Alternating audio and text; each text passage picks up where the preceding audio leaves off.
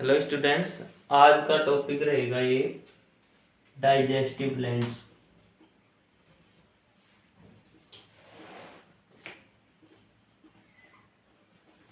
पाचक ग्रंथियां। तो अपने शरीर के अंदर जो एलिमेंट्री कैनाल है उसके साथ में जो भोजन को पचाने काम करती हैं वो तीन टाइप की ग्लैंड्स होती हैं। तीन ग्लैंड्स होती हैं। नंबर 1 लार ग्रंथियां,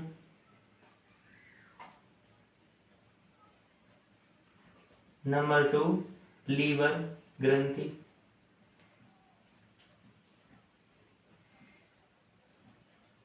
लीवर ग्रंथि और नंबर 3 अग्न्याशय।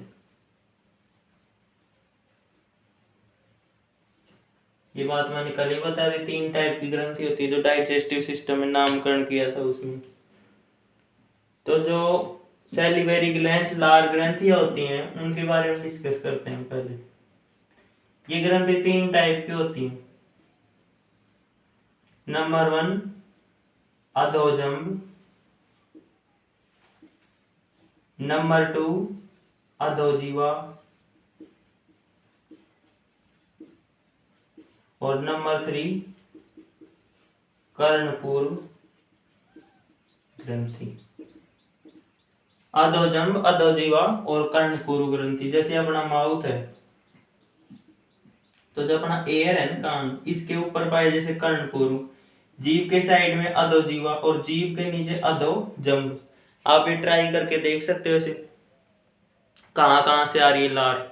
तो इन तीनों ग्रंथियों से मिलके कौन क्या स्रावित होता है, कौन सा एंजाइम जो भोजन के पाचन को स्टार्ट कर देता है मुख में से, कौन सा, क्या नाम दे उस एंजाइम को? वो है लार। और उस लार में एंजाइम पाए जाते हैं लाइसोजाइम,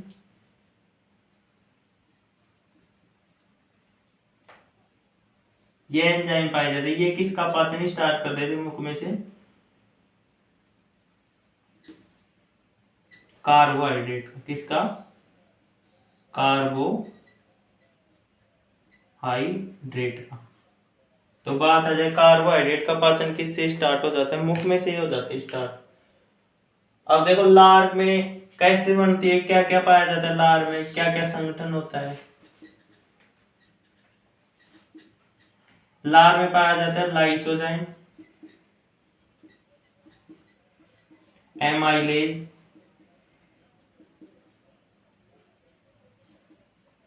कैल्शियम, कुछ मात्रा में लवण और वाटर। ये मिलके क्या बनाते हैं? सब मिलके क्या बना रहे हैं? लार बनाते हैं। जो जैसे भोजन को मुख में लिया और उसको चबाया, बारीक बारीक उसमें लार मिलाई, तो यहाँ से ही जो भोजन लार मिल जाती है उसको क्या कह देते हैं? बोलस कह देते हैं।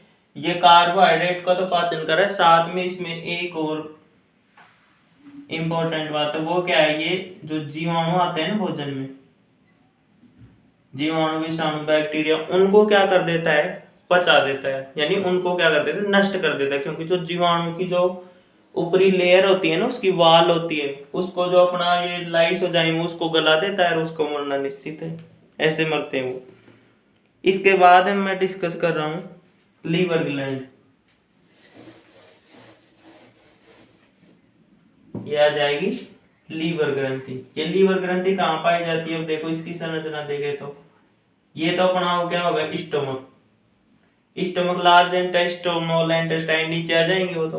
अब देखो इसके विपरीत साइड में, यानी जिस जस्ट इसके इधर साइड में, ये कौन सा एंड हो जाएगा अपना? बताओ। ये दाया, ये बाया। तो दाई पाली की तरफ क्या पाई जाती है? क्या पाई जाती है? ये लीवर ग्रंथि।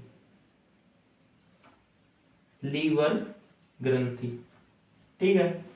लीवर ग्रंथि अपना पाचक स्राव कहां पे छोड़ती है? देखो लीवर ग्रंथि अपना पाचक स्राव, देखो इसमें एक चीज पाई जाती है, पित्त रस या पित्त की थैली। पित्त की थैली। और ये पित्त की थैली से एक नलिका निकल के, और एक जो ये लोब होते हैं दो पालियों में जो ये होती है ना लीवर ग्रंथि से, ये कॉमन पित्त नली निकल के और यहाँ पे आती है, कहाँ पे, यहाँ पे, और यहाँ पे एक ग्लैंड और पाई जाती है, अग्नाशय ग्रंथि। ये लो अग्नाशय ग्रंथि। जो अग्नाशय ग्रंथि की ये डक्ट आ रही थी, इसमें अपना स्राव छोड़ देती है ये, देखो ये आ गई। और ये लास्ट में जो कंप्लीट यहाँ से जो स्राव है पाचक रसों का, यहाँ से पाचक रसों का, ये स्राव किस में छूट जाता है, ये कौन सी है, छोटी आंत। तो लीवर से निकले जो पित्त रस या पाचक रस और जो अग्नाशय ग्रंथि है उससे निकले पाचक रस अपना स्राव कहाँ छोड़ते हैं, छोटी आंत में।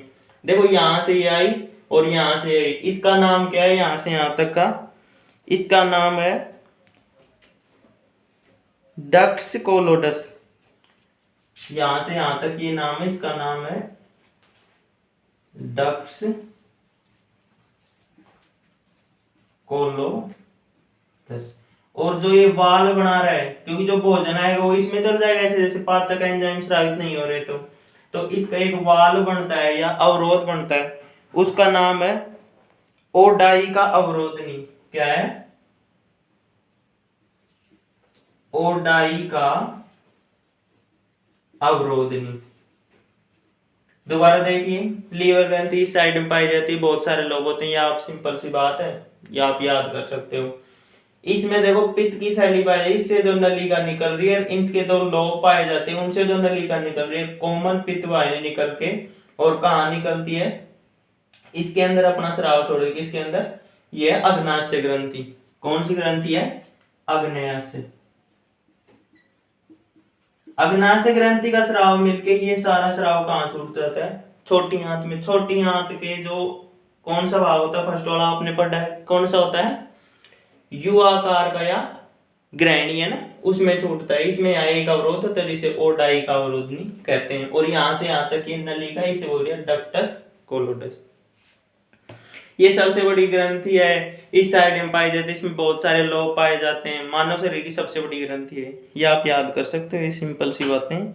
आगे हम देखते हैं, इसमें कोशिकाएं पाई जाती हैं, जो लीवर ग्रंथि है उसमें एक कोशिकाएं पाई जाती है जिसका नाम है कुप्फर सेल्स। कुप्फर कोशिकाएं,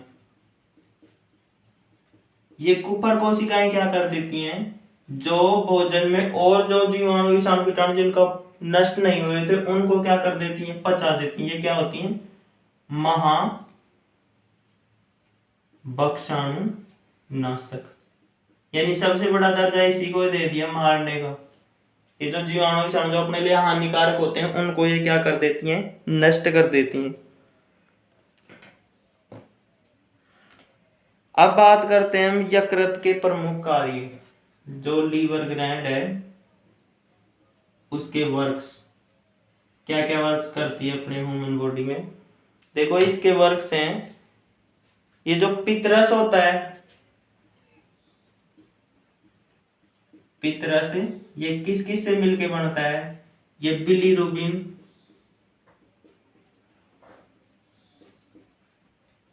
और बिलीवर्डिन। बिलीरुबिन बिलीवर्डिन कहां से बने, जो अपने शरीर के अंदर एमिनो एसिड है, हीमोग्लोबिन है, उनका विघटन होता है ना, तो क्या बनते हैं, जो हीमोग्लोबिन है ना उसका विघटन होता है, उससे क्या बनते हैं, बिलीरुबिन और बिलीवर्डिन। और इसमें क्या क्या पाए जाते हैं, sodium carbonate, glycolate, sodium carbonate, glycolate, और एक और पाया जाता है जिसे बोलते हैं टेरेकोलेट। टेरेकोलेट, टेरेकोलेट, सारे लेट लेट है, कोलगेट मत लिखिए ना एग्जाम में, याद मत कर लेना, ठीक है। ये सब क्या करते हैं, ये सारे एंजाइम आके यहाँ से, और जो अग्नाशय रस है उसके साथ मिलके, और ग्रहणी भाग है ना छोटे आंत का, उसमें चले जाते हैं और पाचन करते हैं बड़े मजे से। अब नंबर 2 वर्ग हो जाएगा इसका, ये तो हो गया 1 नंबर।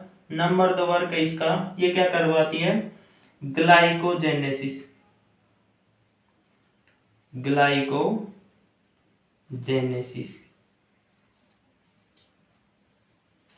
ग्लाइकोजेनेसिस जो अपने ह्यूमन शरीर का जो ऊर्जा का तंत्र है वो क्या है, ग्लाइकोज है, ग्लूकोज है। तो जेनेसिस का अर्थ होता है टूटना, ग्लूकोज जो जुड़ा हुआ होता है लीवर में पाया जाता है उसका टूटना, ग्लाइकोजेनेसिस। जब ब्लड में ग्लूकोज की मात्रा कम हो जाती है तो लीवर क्या काम करती है, ग्लूकोज तोड़ तोड़ के भेजती है। तो लीवर में हो रहा है काम, तो क्या हो जाएगा, ग्लाइकोजेनेसिस। क्या लिख दूं यहाँ पे, ग्लूकोज का टूटना, ग्लूकोज का विखंडन, या लिख सकते हो या टूटना। नंबर 2 क्या काम करती है, नंबर 2 है ग्लाइकोलाइसिस, ग्लाइकोजेनेसिस। और दूसरा है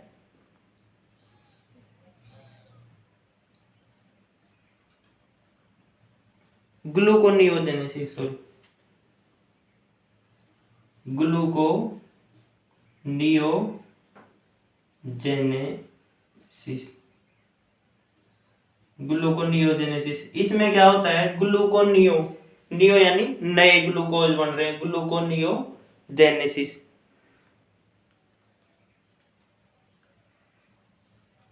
ग्लूकोनियोजेनेसिस यानी ग्लूकोज का निर्माण, ग्लूकोज का निर्माण।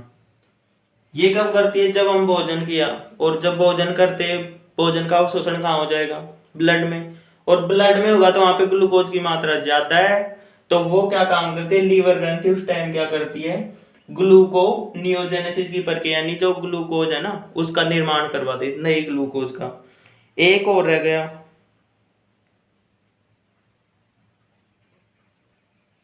Glycogenesis, glycogenesis. इसका अर्थ भी क्या है, ग्लूकोज का बनना, या ग्लूकोज के जो पिंड है ना उनका बनना, यानी ग्लूकोज का संचय। तो ये क्या काम कर रही है, विपरीत परिस्थितियों में ग्लूकोज को तोड़कर ग्लूकोज को ब्लड में छोड़ रही है। ग्लाइकोजेनेसिस, ज्यादा ब्लड में ग्लूकोज है तो उसको क्या कर रही है, ग्लूकोज का संचय कर रही है। और जो कार्बोहाइड्रेट, वसा है, प्रोटीन है, उनसे क्या कर रही है, ग्लूकोज का निर्माण, वसा है ना, विकट परिस्थितियों में ग्लूकोज का निर्माण कर। 3 काम ये हो गए, एक काम ये हो गया। 2 काम इससे रिलेटेड है, मिलते जुलते। वो क्या काम है, वो है रक्त में, ब्लड में क्या क्या काम है इसके। एक तो ब्लड में जो हिपेरिन नाम का एक एंजाइम या प्रोटीन स्रावित करती है, हिपेरिन। ये हिपेरिन क्या करता है, रक्त का थक्का नहीं जमने देता, थक्का अवरोधी कारक, थक्का अवरोधी कारक। हिपेरिन क्या काम करता है, ब्लड में जाके साथ में मिल जाता है, जो ब्लड क्या होता है, जम नहीं पाता है। जब अपनी ब्लड वाहिनियों में रक्त घूमता है तो क्या वो जम जाता है, ऐसे नहीं जमता है ना, वो बाहर आता है, यानी अपने कट लगता है, टूटते फूटते हैं, जब जमता है। तो वो प्रक्रिया भी ये करवाती है, कौन सी, लीवर ग्रंथि। उसका क्या नाम है, वो है थ्रोम्बिन। और दूसरा कारक है थ्रोम्बोप्लास्टिन। जो प्लेटलेट्स वगैरह होती है ना उनमें जाके हेल्प करते हैं कारक, जो क्या काम करते हैं, रक्त का क्लोट जमा देते हैं, थक्का जमा देते हैं। और ये ग्रंथि क्या काम करती है, विटामिन B12, A और D, इनका क्या करती है, संचय। संचय यानी क्या करती है, स्टोर करके रखती है इनको।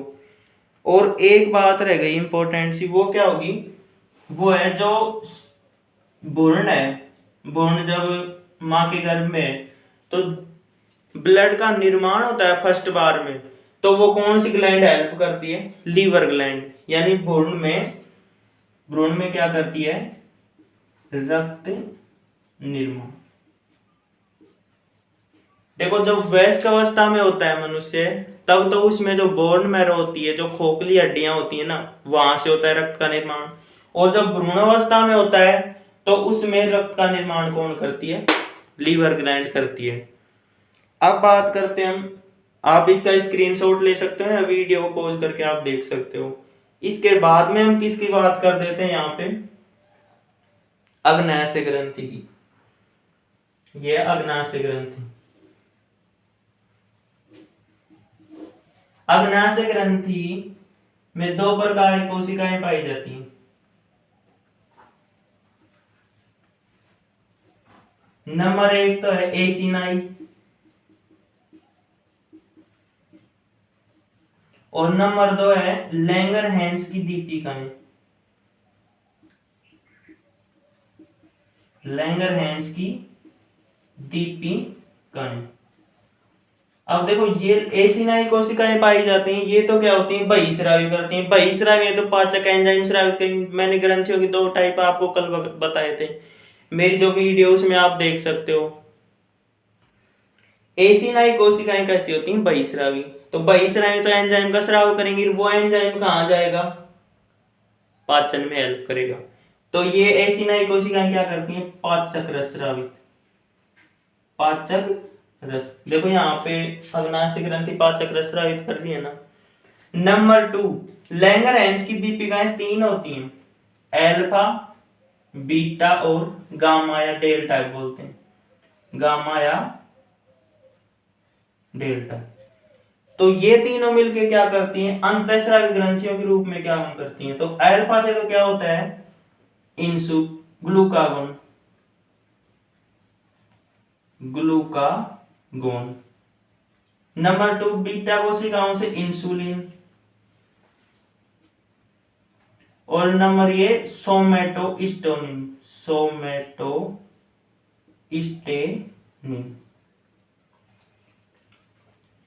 लैंगरहैंस की दीपिकाएं अल्फा कोशिकाएं ग्लूकागोन स्रावित करती हैं। ये क्या काम करता है, ग्लूकागोन जैसे अंतःस्रावी सिस्टम आएगा ना, उसमें और अच्छी तरीके से मैं आपसे डिस्कस करूंगा, पहले आप इसके बारे में थोड़ा देख ही लो।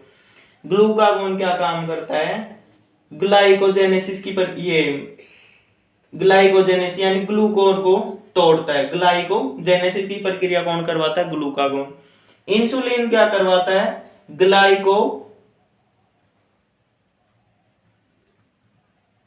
ग्लाइकोलाइसिस। और ये ग्लाइकोलाइसिस है, ये तो ग्लाइकोजेनेसिस, ये तो होगा ग्लाइकोलाइसिस, लाइसिस का टूटना, लाइसिस। और ये है ग्लाइकोजेनेसिस, जेनेसिस का अर्थ होता है जुड़ना, लाइसिस का टूटना। तो ये पाचक रस स्रावित हो रहे हैं ना लैंगरहैंस की दीपिकाएं। तो अल्फा तो ग्लूकागोन है ना, ये तो क्या काम करता है, ग्लूकागोन तो क्या काम करता है, ग्लाइकोलाइसिस, ग्लूकोज को तोड़ता है। और इंसुलिन क्या काम करता है, ग्लाइकोजेनेसिस, यानी इंसुलिन आएगा तो क्या काम होगा, ग्लूकोज उसका क्या हो जाएगा, संचय हो जाएगा। यहाँ से थोड़ा कंफ्यूज था तो आप मेरी वीडियो में अच्छी तरीके से देख सकते हैं, दोबारा देखो। लाइसिस का अर्थ होता है टूटना, जेनेसिस का अर्थ होता है जुड़ना। तो लाइसिस तो कौन करवाएगा, ग्लूकागोन, और जेनेसिस कौन करवाएगा, इंसुलिन। सोमेटोस्टेनिन ये क्या करता है, ग्रोथ हार्मोन, ये अपनी ह्यूमन बॉडी क्या करवाता है, वृद्धि करवाता है।